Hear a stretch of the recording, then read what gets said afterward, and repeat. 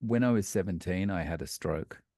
When I was asleep, um, one night, an aneurysm burst in my head. The hemorrhage caused the stroke. It's nowhere near as bad as it was. It's almost like my body was in this state of, well, I want to fix this, but you're not giving me any materials to fix it. So I'm just going to sit in this kind of suspended animation until you start feeding me some nutrition. So my limp isn't as pronounced anymore. Um, I, I've got more strength back. I can react more quickly. I'm right-handed, but my left hand has become the predominant hand over the last 30 years. If I try and write a text or something on my iPhone with my right hand, it feels like what it feels like for a right-hander using their left hand to do it. I'm starting to use my right hand much more than I was before, and coordination's better, balance is better, everything like that. So I didn't expect any of that.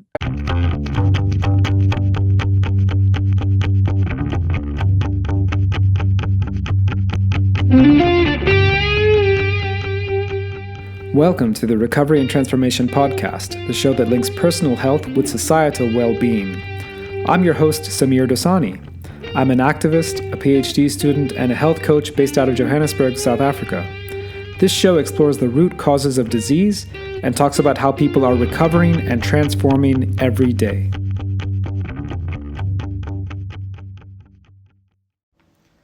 Hi, and welcome to another episode. My guest today is Dave Mack.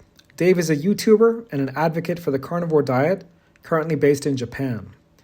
In this conversation, we go into some details about Dave's struggle, both with a stroke that happened in his childhood and with alcohol abuse disorder, and how carnivore was really able to help him improve his symptoms, including some symptoms that he thought would never improve. Now, if you enjoyed this conversation, please like, subscribe, all that good stuff. Sign-ups for the May health coaching cohorts are open now. It'll start next week. If that's of interest, the link to book a call is below. With that, please enjoy my conversation with Dave Mack. Dave Mack, it's a pleasure to have you on the show. Thank you very much, Samir. I really appreciate you having me on. No, it's great. So I understand that you're based in Osaka, Japan. Is that correct? Yeah, that's right. And you've been Yeah. there I've for been a here while? 18 years. Yeah, Wow. 18 years now. Wow. I've traveled a lot over my working life, and I'd kind of finally settled down in Australia after the traveling, and I realized, you know what? I don't like being settled down. And maybe you don't like So, Australia too. There's a lot of Australians who do go abroad. yeah, I mean, it's a good place, but where I was living was a bit boring in suburbia and stuff. And yeah, so I just thought I want to try something different. And what more different place is there than Japan? So I was living in Melbourne. Melbourne's Australia's second largest city, or at least it was at the time. And so I thought, well, why not come to Japan's second largest city? So that's how I ended up in Osaka. I'm just trying to think of Osaka is the home of okonomiyaki. Is that the right one? Or is That's right. yeah, Wow, yeah. very nice. Yeah, that's right. That's kind of the gourmet, it was supposed to be the gourmet capital of Japan. So okonomiyaki and takoyaki. Takoyaki. So So those are more street yeah, food than gourmet stuff. But yeah, yeah, yeah. cool, cool, cool, cool. Okay, so you've been there. You show up 18 years ago. You speak Japanese already. You've done some homework and so on, or no? No, no. I mean, I still don't speak much Japanese, but Ah, okay. I'm good enough to be dangerous, but that's about it. Okay, okay. So you're living life. It sounds like you were looking for some action and to live in a city. Is that correct? And you were sort of doing this Yeah. sort of young So professional thing? one of the things that attracted me to Osaka specifically was it's price wise, it's very different to a city in most parts of the world. So you can live very, very close to downtown. You could even live in downtown, and it won't cost you any more than living, 1 hour away. Yeah. Because of the way real estate prices work in Japan, the only place in Japan where, prices are always going up is Tokyo. So if you're outside Tokyo, you can live in a big city. That's amazing. That's pretty cool. Mm. So I mean, I haven't spent a lot of time in Japan, but I've spent some. The culture is, I want to say, impenetrable. Like it's very, if you're not a Japanese person, it's not the easiest place to sort of make friends and, I don't know, date and like Yes. this is, I mean, it would all be very challenging. Yeah. Impenetrable is probably a good way of describing it. I mean, Japan is a homogenous society. It's just Japanese. Japan is Japanese, and there's no kind of multiculturalism. I think maybe 1% of the resident population is non-Japanese, but it's if you are not born here and if you don't look Japanese, then you never really accepted as Japanese. Yeah. So So, has that been, and there's pros and cons to that. yeah. So has that been challenging for you or you've enjoyed it? Not really, because you can't. So, I mean, the cons are, you kind of you'll go into a particular shops and whatever, and you just doesn't matter if you've lived here for 100 years, you were still treated as a tourist or you're still treated as, the foreigner. Potentially you've lived in the country longer than anyone that works in the restaurant.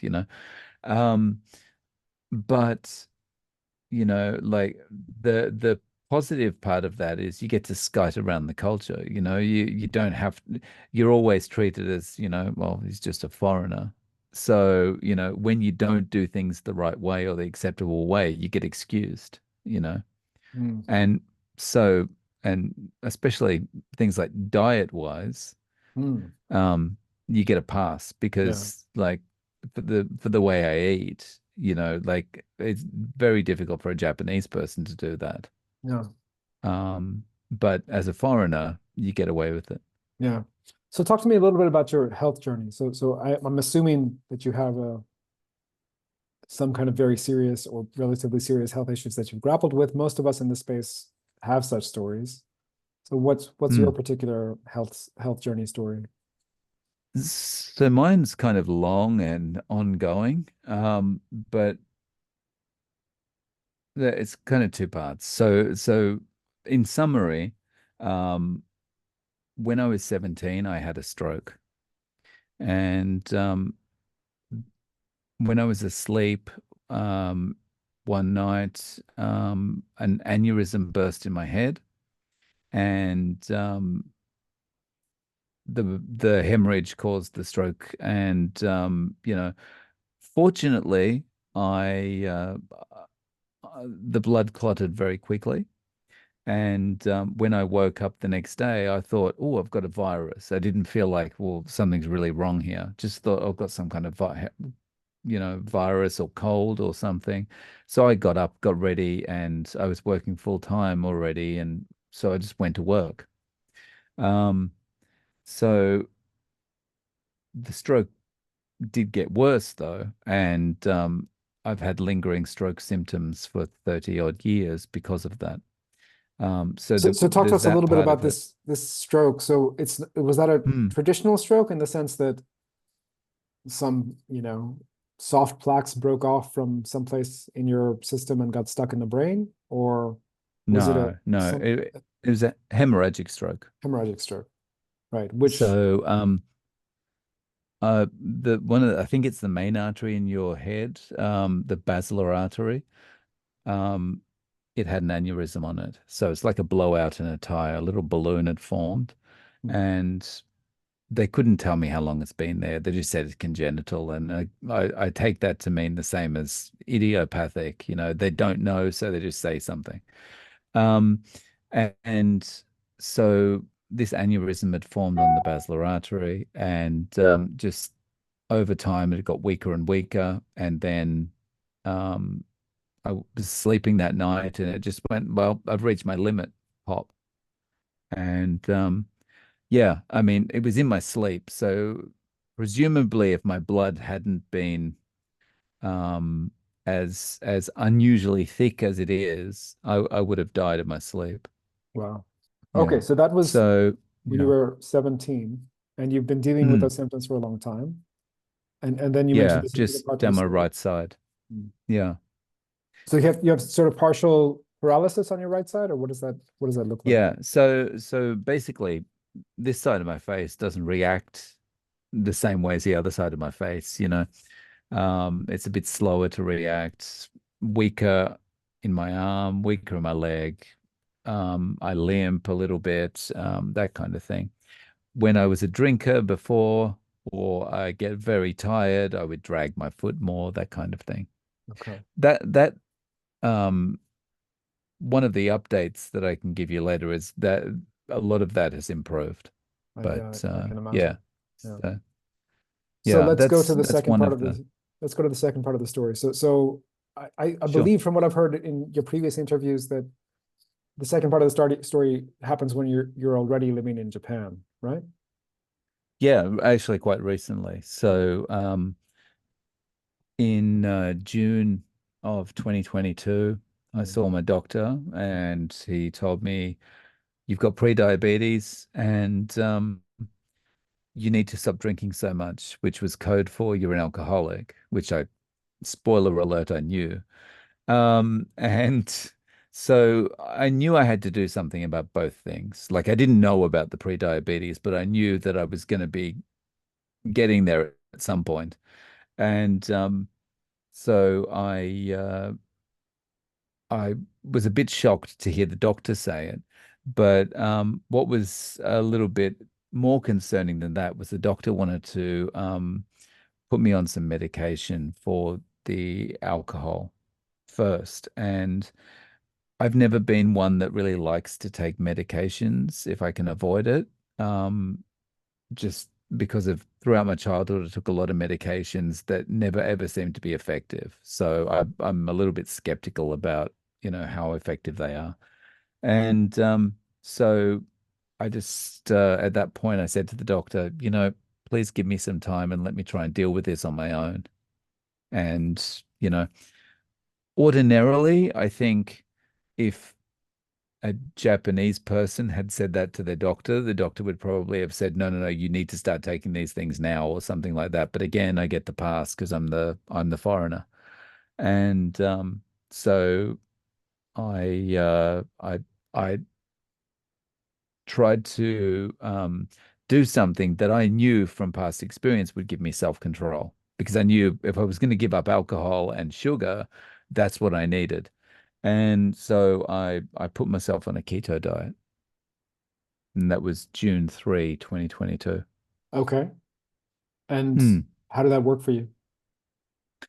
Um, well, it succeeded. The short story is it succeeded. The long story is that, it was tough, but um there's something about a ketogenic approach to eating that just gives you so much self-control that it was easier than it otherwise would have been if I'd just been using willpower or whatever. It did give me a lot more self-control. It gave me a lot more confidence, a feeling of, I'm withholding this effectively poison from myself and I'm feeling good about it. But I had to do some other things like, avoid walking past the shops where I would, frequent regularly to buy the traveler to go home and that kind of thing. Yeah. Were you someone who was drinking sort of in groups, or were you drinking on your own? What is your No, I'm happy to drink in a group, but my problem at that point had gotten to I was drinking on my own all the time. Hmm. Hmm. Mm. So do you think So that it made it was easier? starting to Because spiral out of control. yeah, sometimes I'll work with people who struggle with alcohol, and it's very difficult for them to give it up because they feel like they have to sort of change all their friends and not Mm. have the same friends circle. So in your particular case, that wasn't an issue, sounds like. Well, I mean, I have got friends that enjoy a drink, and we did used to have regular meetups, but because I've got a relatively young family, those kind of have slowed down over the years. But also, I one of the things I did, as well as kind of, walking the long way around to avoid the liquor store and all that kind of thing, um, was say to my friends that would commonly ask me to go out or go around to visit their place or something, is just don't invite me out for the next few months. I need some time to kind of make sure I'm free of this. And that I think that was really good being upfront with them, because I think in the past what I would have done is gone, "Oh, I'm just not going to say anything. I'll be okay." And then the first time they asked me to go out, I would have been like, I shouldn't. Oh, it's only I'll be okay. I'll just go out this one time, and then I'll be straight back on it on Monday or something like that. And of course, you never are. Yeah. So I think it was a really good move to say up front, just exclude me from things for the moment. Yeah, that's super interesting. So a lot of people also say that they're sort of shy and embarrassed to say to their friends, hey, I'm just trying to cut down, or, I'm trying not to, you know. So so so please don't ask me again and again, whatever it Mm. may. I think, like I would have worried about this in the past as well. Like, what if my friends don't want to go out with me anymore because I say that I'm trying to give up drinking or something? And you know, in hindsight, I can look back on that and go, that's such a ridiculous thing to think. I understand why people do, but it's such a ridiculous thing to think, because if drinking is the only thing that is going to keep you friends with them, are they actually friends? Or do you actually have something in common but Aside bar from the drinking? alcohol. Yeah. Yeah. Yeah. Yeah, that's a really good point. But it Mm, is something that I do hear from people quite often, so I think it's mm, worth mentioning. So at what point mm. do you make the transition from keto to carnivore? That was within a couple of weeks. So I've been keto and low carb before, but this time I was like, I'm going to do it right. And doing it right for me meant I actually had to include some vegetables, because before it would have just been, like scrambled eggs all the time, or just like one thing all the time. And because I'm just this creature of habit. And so I included like spinach, and I needed my vitamin C, so I included lots of paprika or bell peppers or whatever, and bok choy and things like that. And what happened is that I found myself with a lot of gastrointestinal distress. So I was in the bathroom all the time. And this hadn't happened before. And I was like, what's wrong? Like, am I just this zero or low carb thing's not working for me? What's going on? So I started searching on YouTube, and that was around the time I think that Ken Berry was moving towards carnivore, because he'd put out a video that was saying something like, I was wrong about vegetables or something like that. And he was kind of going through the problems that vegetables have. And um, he specifically targeted a lot of the vegetables that I'd been eating, like the peppers and so forth, talking about nightshades and how they can have a lot of impact on your GI. And so I thought, oh, okay. And he's saying just he's giving up the vegetables entirely. So I thought, okay, well, I'll give it a try. And I gave up the veggies, and, never went back. So a couple of weeks in, it was just, yeah, Yeah. get him out. And yeah. Fantastic. So did you have the kind of transition issues that we often hear in terms of like keto flu or like explosive diarrhea and all these kind of things? Did you go through a phase of any of those problems or those transition Well, for me, symptoms? the explosive diarrhea was the keto part with the vegetables. But I didn't really experience any problems. And I think the reason I didn't is because I'd had those couple of weeks on keto. And also, I'd been in and out of low carb and keto so much since 2000 when I first discovered Atkins that I think my body kind of, I don't know, knew what to do. I had a memory of what it was meant to be doing or something. Cool. No, it's Mm, cool. It's great. I think everyone's experience is a bit different. But it's great that mm. you were able to make such a smooth transition. What's it like being carnivore in Japan? Is it an easy thing or difficult?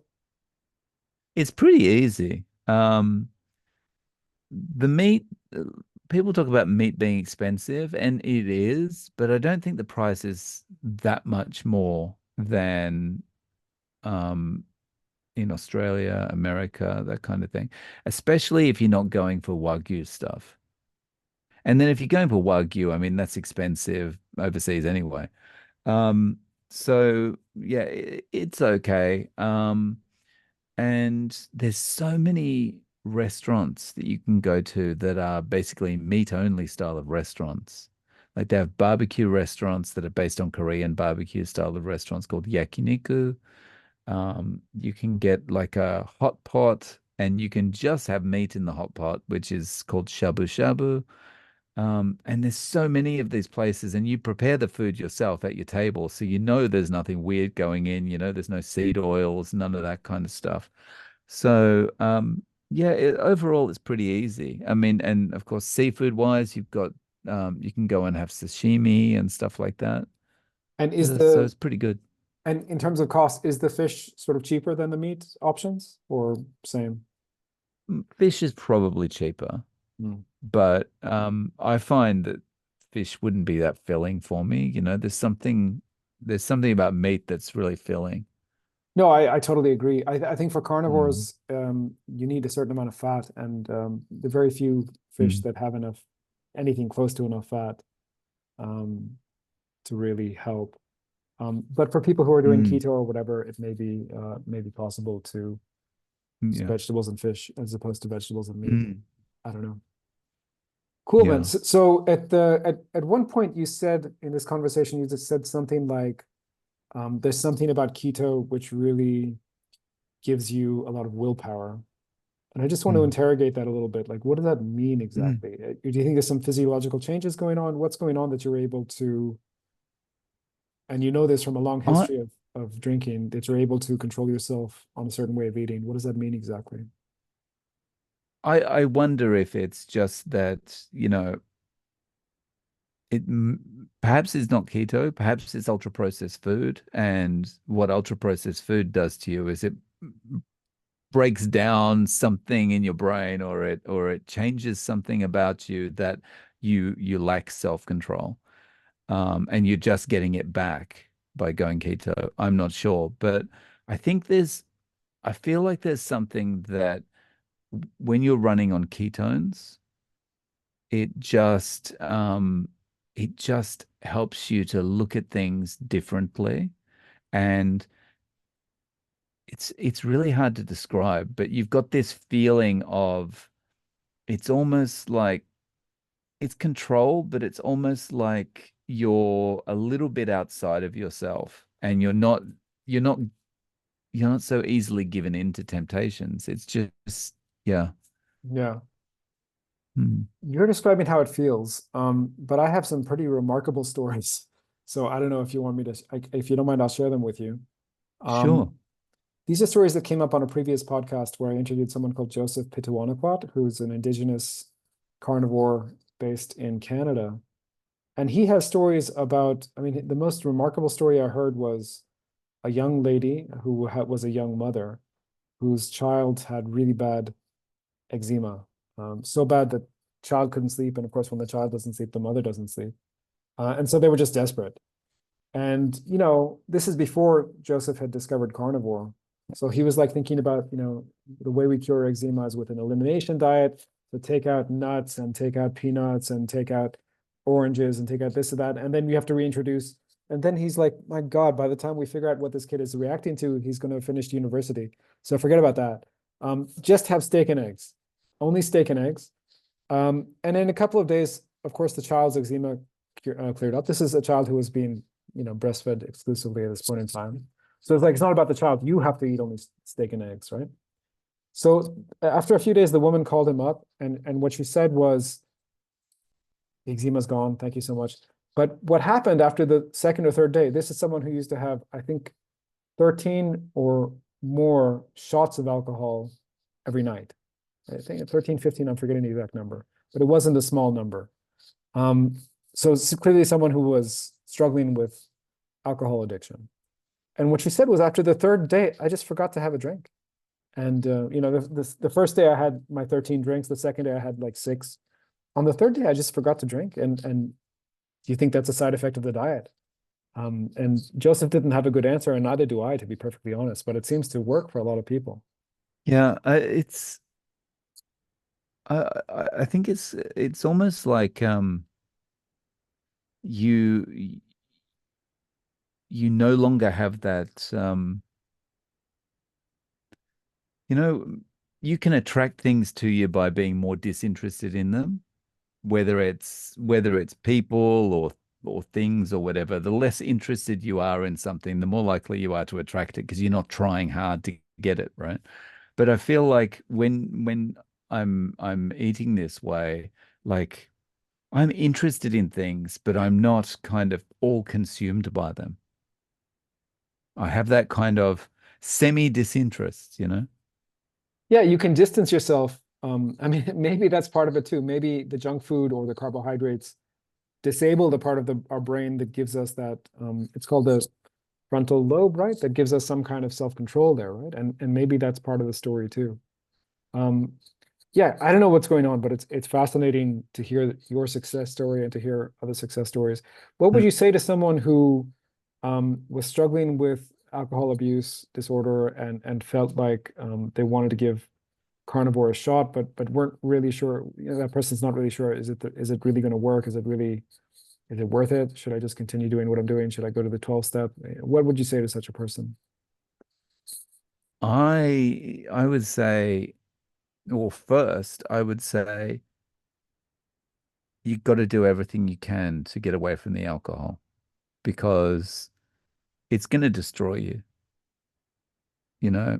Um, and whether that is complete complete destruction or whether that's just destruction of your life and your family or, you know, like when you're drinking, you can feel like everything's fine because you're drowning out your emotions and stuff, after work or whatever.